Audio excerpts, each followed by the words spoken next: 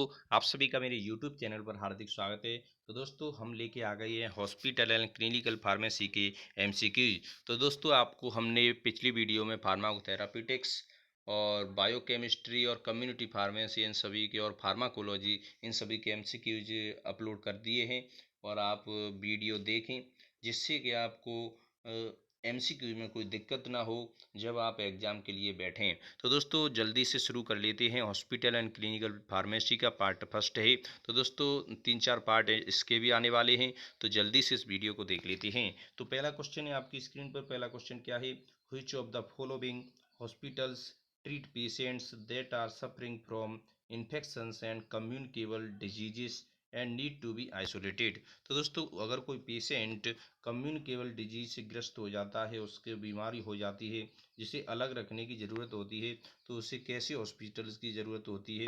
Research hospital, general hospital, specialised hospital या isolation hospital?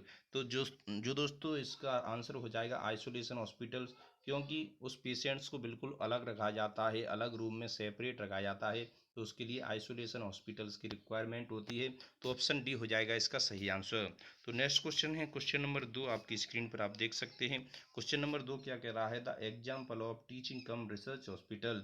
तो इसमें से आपको टीचिंग कम रिसर्च हॉस्पिटल्स का एग्जाम्पल देखना है, वो चूज करना है कि इसमें से कौन है जो टीचिंग कम रिसर्च हॉस्पिटल है। पीएचसी, पीजीआईएमईआर, तालुक हॉस्पिटल्स या एपिडेमिक डिजीज हॉस्पिटल्स? तो दोस्तों इसका सही आंसर हो जाएगा ऑप्शन नंबर बी, पीजीआईएमईआर। ये एक टीचिंग कम रिसर्च हॉस्पिटल है। नेक्स्ट क्वेश्चन है question number 3, the number of beds in district hospital. तो दोस्तों डिस्ट्रिक्ट हॉस्पिटल में बेड्स की संख्या कितनी होनी चाहिए? तो वो होनी चाहिए 200, कम से कम 200 होनी चाहिए, यानी कि ऑप्शन सी 200 बेड की संख्या होनी चाहिए एक डिस्ट्रिक्ट हॉस्पिटल में। नेक्स्ट क्वेश्चन है which hospitals are controlled by the state और यूनियन ट्रेजरी। तो दोस्तों ऐसे हॉस्पिटल जो स्टेट और यूनियन ट्रेजरी द्वारा कंट्रोल किए जाते हैं उन हॉस्पिटल्स को कहते हैं स्टेट गवर्नमेंट हॉस्पिटल्स, यानी कि ऑप्शन नंबर ए हो जाएगा इसका सही आंसर। स्टेट गवर्नमेंट हॉस्पिटल्स हो जाएगा इसका सही आंसर। तो नेक्स्ट क्वेश्चन है question number 5, the example of voluntary agencies hospital as blank दिया गया है। तो दोस्तों वो कौन से हैं जो वॉल्यूंटरी एजेंसीज हॉस्पिटल के अंतर्गत आते हैं? तो उनका एक एग्जाम्पल है सीएमसी हॉस्पिटल, यही इसका सही आंसर हो जाएगा। सीएमसी हॉस्पिटल एक वॉल्यूंटरी एजेंसीज हॉस्पिटल का एग्जाम्पल है। तो नेक्स्ट क्वेश्चन है the chief hospital pharmacist is the head of pharmacy who reports to the. एक चीफ हॉस्पिटल फार्मासिस्ट होता है, वो रिपोर्ट किसको किसको देता है? वो रिपोर्ट देता है एडमिनिस्ट्रेटर को, यानी कि ऑप्शन बी हो जाएगा इसका सही आंसर। एडमिनिस्ट्रेटर को एक चीफ हॉस्पिटल फार्मासिस्ट रिपोर्ट करता है। तो नेक्स्ट क्वेश्चन है S F D A stands for. तो एस एफ डी ए की फुल फॉर्म क्या होती है? एस एफ डी ए की होती है Saudi food and drug authority. Saudi food and drug authority, यही इसकी फुल फॉर्म होती है। ऑप्शन डी हो जाएगा इसका सही आंसर। तो नेक्स्ट क्वेश्चन है question number 8, the head quarter of F I P. F I P की फुल फॉर्म फेडरेशन ऑफ ऐसे ही कुछ होती है, आगे हम देख लेंगे, आगे आने वाला है। The head quarter F I P का हेड क्वार्टर क्या होता है? Head quarter F I P का होता है हेग में। हेग में है एफ आई पी का हेड क्वार्टर। हेग कहाँ है? हेग है नीदरलैंड में। कहाँ है दोस्तों? नीदरलैंड में। तो एफ आई पी का हेड क्वार्टर कहाँ है? हेग में। ऑप्शन नंबर ए हो जाएगा इसका सही आंसर। तो नेक्स्ट क्वेश्चन है द गुड फार्मेसी प्रैक्टिस, यानी कि जीपीपी की फुल फॉर्म है ये, good pharmacy practice GPP, in community and hospital pharmacy started in. तो दोस्तों जीपीपी यानी कम्युनिटी में और हॉस्पिटल फार्मेसी में कब स्टार्ट की गई? तो वो की गई थी 1992 में, यानी कि ऑप्शन नंबर डी हो जाएगा इसका सही आंसर। तो जीपीपी कम्युनिटी और हॉस्पिटल फार्मेसी में 1992 में स्टार्ट की गई थी। तो नेक्स्ट क्वेश्चन है क्वेश्चन नंबर 10। क्वेश्चन नंबर 10 क्या है दोस्तों? हमने अभी बताया था कि एफ आई पी आने वाला है आगे। द इंटरनेशनल फार्मास्यूटिकल फेडरेशन, ये इसकी फुल फॉर्म होती है, जो बहुत ही इम्पोर्टेंट है आपके एमसीक्यूज के नज़रिए से। The international pharmaceutical federation was established in. तो दोस्तों ये कब स्थापित हुआ था? एफ आई पी कब स्थापित हुआ था? कहाँ स्थापित हुआ था? ये हुआ था हेग में, यानी कि नीदरलैंड में, जो हमने आपको पिछली वीडियो में बताया था, यानी पिछले अभी बताया था, यानी कि ऑप्शन नंबर ए हो जाएगा इसका सही आंसर। स्थापित हुआ था ये हेग और नीदरलैंड में, यानी कि हेग में हुआ था, हेग जो नीदरलैंड में स्थापित है। तो नेक्स्ट क्वेश्चन है question number 11, the administrative services of a hospital are controlled by, जो एडमिनिस्ट्रेटिव सर्विसेज हैं वो हॉस्पिटल में कंट्रोल किसके द्वारा की जाती है, वो की जाती है चीफ एग्जीक्यूटिव ऑफिसर द्वारा, यानी कि सीईओ। दोस्तों आपको हम बता दें चीफ एग्जीक्यूटिव ऑफिसर सीईओ की एक फुल फॉर्म होती है। दोस्तों यही सही आंसर हो जाएगा कि चीफ एग्जीक्यूटिव ऑफिसर वो सब सेज को हॉस्पिटल में कंट्रोल करता है। तो नेक्स्ट क्वेश्चन है क्वेश्चन नंबर 12, EHSP की फुल फॉर्म क्या होती है, ये अमेरिका से जुड़ा हुआ है, तो पहले दूसरे तो होंगे नहीं, लास्ट के दो में देख सकते हैं। तो लास्ट वाला हो जाएगा option number D, American society of health system pharmacy, American society of health system pharmacy, यही इसकी फुल फॉर्म होती है। ऑप्शन नंबर डी इसका सही आंसर हो जाएगा। तो नेक्स्ट क्वेश्चन है क्वेश्चन नंबर फर्स्ट है, यानी सेकंड चैप्टर आ गया, the main role of pharmacist in PTC. तो दोस्तों पीटीसी क्या होती है, फार्मेसी एंड थेराप्यूटिक कमिटी, ये इसकी फुल फॉर्म होती है, pharmacy and therapeutic committee PTC की फुल फॉर्म होती है। तो फार्मासिस्ट की पूछ रहा है कि फार्मासिस्ट का पीटीसी में क्या मेन रोल होता है, तो उसका मेन रोल होता है मैनेजमेंट करना होता है फॉर्मुलरी को, यानी कि मैनेजमेंट ऑफ फॉर्मुलरी, सही आंसर हो जाएगा ऑप्शन नंबर ए, फॉर्मुलरी को मैनेजमेंट करता है फार्मासिस्ट पीटीसी में। तो नेक्स्ट क्वेश्चन है question number second, a chief infection control team is found in, a chief infection control team is found in, तो department of microbiology, department of pharmacy, department of nursing, department of blood banking. तो दोस्तों इसका सही answer हो जाएगा department of microbiology, यानी कि option number ए हो जाएगा इसका सही आंसर।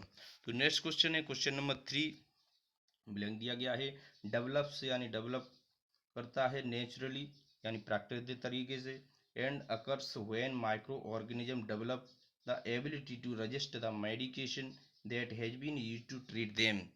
तो दोस्तों वो कौन है, वो है एंटी माइक्रोबियल रेजिस्टेंस, यानी कि ऑप्शन नंबर ए हो जाएगा इसका सही आंसर, जिसकी वजह से ये सब कुछ होता है। तो नेक्स्ट क्वेश्चन है question number 4, C A M S की फुल फॉर्म पूछी गई है, तो कॉम्प्लीमेंट्री अल्टरनेटिव मेडिसिन्स, यानी complementary alternative medicines, option number B में आप देख सकते हैं, जो कि फुल फॉर्म है CAMS की, complementary alternative medicines, option number B is the right answer. तो नेक्स्ट क्वेश्चन है question number 5, the advisory objective of PTC, तो पीटीसी की एडवाइजरी ऑब्जेक्टिव यानी एडवाइजरी उद्देश्य क्या हैं, तो वो है टू गाइड करना, यानी गाइड करना, ड्रग डिस्ट्रीब्यूशन और कंट्रोल करना, ड्रग को डिस्ट्रीब्यूट और कंट्रोल करना, मेथड्स जो तरीके होते हैं ड्रग को डिस्ट्रीब्यूट करने के और कंट्रोल करने के, उनका मार्गदर्शन करना, यही पीटीसी का एक एडवाइजरी ऑब्जेक्टिव होता है, यानी कि ऑप्शन नंबर ए हो जाएगा इसका सही आंसर, राइट आंसर, यानी गाइड करना, ड्रग डिस्ट्रीब्यूशन यानी गाइड करना, उन मेथड्स को ड्रग डिस्ट्रीब्यूशन और कंट्रोल करना, यही गाइड करना होता है ड्रग पीटीसी का। ठीक है, जल्दी से देख लेते हैं नेक्स्ट क्वेश्चन। तो नेक्स्ट क्वेश्चन है question number 6, which of the following is the objective of hospital formulary, is the objective of hospital formulary, तो हॉस्पिटल फॉर्मुलरी का ऑब्जेक्टिव क्या है, यानी उद्देश्य क्या है, इसका उद्देश्य क्या है, हॉस्पिटल फॉर्मुलरी का उद्देश्य होता है, यानी कि to reduce the danger of infection for patient, नहीं ये नहीं होगा, इंफॉर्मेशन ऑन हॉस्पिटल पॉलिसीज, यही हो जाएगा, यानी कि ऑप्शन नंबर बी हो जाएगा इसका सही आंसर, इंफॉर्मेशन देना, हॉस्पिटल पॉलिसीज की इंफॉर्मेशन को इकट्ठा करना, यही उद्देश्य होता है हॉस्पिटल फॉर्मुलरी का। हॉस्पिटल पॉलिसी जो हॉस्पिटल में जो नीतियाँ लागू होती हैं उनकी इंफॉर्मेशन लेना, यही हॉस्पिटल फॉर्मुलरी का मेन ऑब्जेक्टिव होता है। तो नेक्स्ट क्वेश्चन क्वेश्चन नंबर 7 आपकी स्क्रीन पर ब्लैंक दिया गया है, is a multidisciplinary committee that recommends corrective measures and regulates the implementation of programmes policies information. दोस्तों इसका सही आंसर हो जाएगा आईसीसी, आईसीसी की फुल फॉर्म होती है infection control committee, infection control committee होती है। तो दोस्तों जल्दी से देख लेते हैं नेक्स्ट क्वेश्चन, नेक्स्ट क्वेश्चन यानी कि थर्ड चैप्टर आ गया, थर्ड चैप्टर का पहला क्वेश्चन है आपकी स्क्रीन पर ब्लैंक दिया गया है, इज द लिंक, वो कौन सी लिंक है, थ्रू जिसके माध्यम से which prescription medicine are manufacturing, जो पर्चे वाली दवाएं हैं उन्हें बनाया जाता है और डिलीवर किया जाता है पेशेंट तक उन्हें डिस्पेंस किया जाता है। वो किस लिंक के थ्रू यानी किस चेन के थ्रू उन्हें पेशेंट के बेड तक पहुंचाया जाता है, तो वो होती है फार्मास्यूटिकली सप्लाई चेन। यानी कि ऑप्शन नंबर डी हो जाएगा इसका सही आंसर। वो प्रेस्क्रिप्शन मेडिसिन जिन्हें बनाकर पेशेंट तक पहुंचाया जाता है उन्हें फार्मास्यूटिकल सप्लाई चेन कहते हैं, उसी के थ्रू ये सब मुमकिन हो पाता है। तो नेक्स्ट क्वेश्चन है question number 2, the example of adrenergic antagonist. तो दोस्तों इसमें से आपको चूज करना है एड्रीनर्जिक एंटागोनिस्ट का एग्जाम्पल, हेपेरिन, प्रोप्रानोलोल, एम्यूड्रोन या वारफेरिन। तो दोस्तों इसका हो जाएगा प्रोप्रानोलोल। एड्रीनर्जिक एंटागोनिस्ट का एक एग्जाम्पल होता है प्रोप्रानोलोल, यानी कि ऑप्शन बी इसका सही आंसर हो जाएगा। नेक्स्ट क्वेश्चन है question number 3, the example of moderate sedation agent IV is. तो क्लोरल हाइड्रेट, मिडाजोलम, रोकोरोनियम या मिलरीरियन। तो दोस्तों इसका सही आंसर हो जाएगा मिडाजोलम। ये एग्जाम्पल होता है मॉडरेट सेडिशन एजेंट आईवी का मिडाजोलम, यानी कि ऑप्शन नंबर बी हो जाएगा इसका सही आंसर। तो नेक्स्ट क्वेश्चन है क्वेश्चन नंबर 4, ब्लैंक दिया गया है। Drugs comprise of sensitive antibiotics and drugs with severe side effect if used without supervision and prescription of a registered medical practitioner. तो दोस्तों वो कौन से शेड्यूल की ड्रग्स होती हैं जो बिना प्रेस्क्रिप्शन के, बिना किसी की सलाह के ले ली जाती हैं, जो कि एंटीबायोटिक्स होती हैं और सीवियर कुछ साइड इफेक्ट भी होते हैं उन ड्रग्स के। तो वो ड्रग्स होती हैं शेड्यूल H1 की ड्रग्स होती हैं, जिन्हें बिना प्रेस्क्रिप्शन, बिना किसी की मदद के लिया जा सकता है, शेड्यूल H1 वाली ड्रग्स। तो ऑप्शन नंबर डी हो जाएगा इसका सही आंसर। तो नेक्स्ट क्वेश्चन है, the narcotic drugs and psychotropic substances act came into existence in. जो narcotic drugs and psychotropic substance act कब आया था? यह आया था 1985 में, यानी कि 1985 में। Option number C is the right answer. Next question, which of the following copies is kept as a history copy by the purchase officer for other use. तो परचेज ऑफिसर कौन सी कॉपी रखता है अपनी हिस्ट्री कॉपी के लिए? History के base पर रखता है कि आगे उसकी ज़रूरत पड़े तो उसे दिखा सके। तो वो कॉपी होती है 7th कॉपी, यानी कि ऑप्शन नंबर डी हो जाएगा। 7वीं कॉपी को वो अपने पास रखता है। नेक्स्ट क्वेश्चन है question number 7, NDPS stand for. NDPS की फुल फॉर्म होती है narcotic drugs and psychotropic substances. तो आप देख सकते हैं ऑप्शन नंबर ए में narcotic drugs and psychotropic substances, option A हो जाएगा इसका सही आंसर। तो नेक्स्ट क्वेश्चन है, नेक्स्ट क्वेश्चन क्या है? क्वेश्चन नंबर 8 है, the WHO is aware designation developed in. तो डिजाइन किया गया था, कब किया गया था?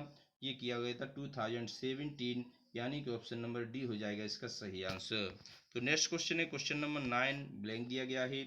Means to gain different type of medicine from the external network. तो दोस्तों वो किसका मीन होता है जिन्हें एक्सटर्नल बाहरी नेटवर्क द्वारा उन दवाओं को प्राप्त किया जा सकता है, जो विभिन्न प्रकार की दवाएं हैं। वो किसका अर्थ होता है? वो होता है परचेजिंग का, यानी खरीद का अर्थ होता है बाहरी नेटवर्क से विभिन्न प्रकार की दवाओं को परचेज करना।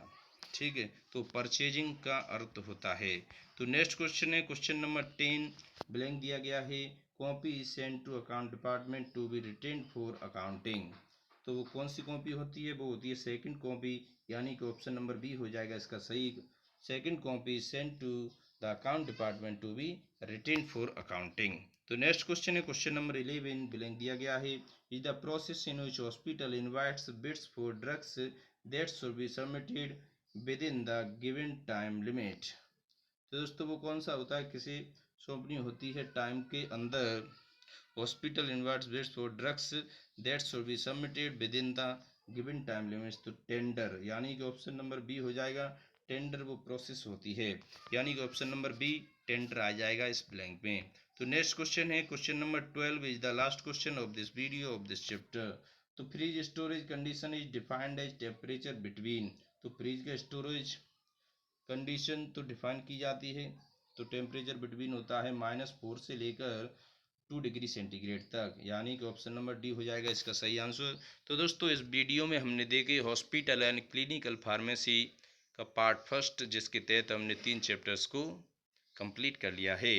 तो दोस्तों पार्ट 2 भी हम जल्द से जल्द आपके लिए प्रोवाइड कराने वाले हैं। तो दोस्तों आप ऐसे ही पढ़ते रहिए, देखते रहिए और अपने सफलता के आगे कदम बढ़ाते रहिए। थैंक यू दोस्तों।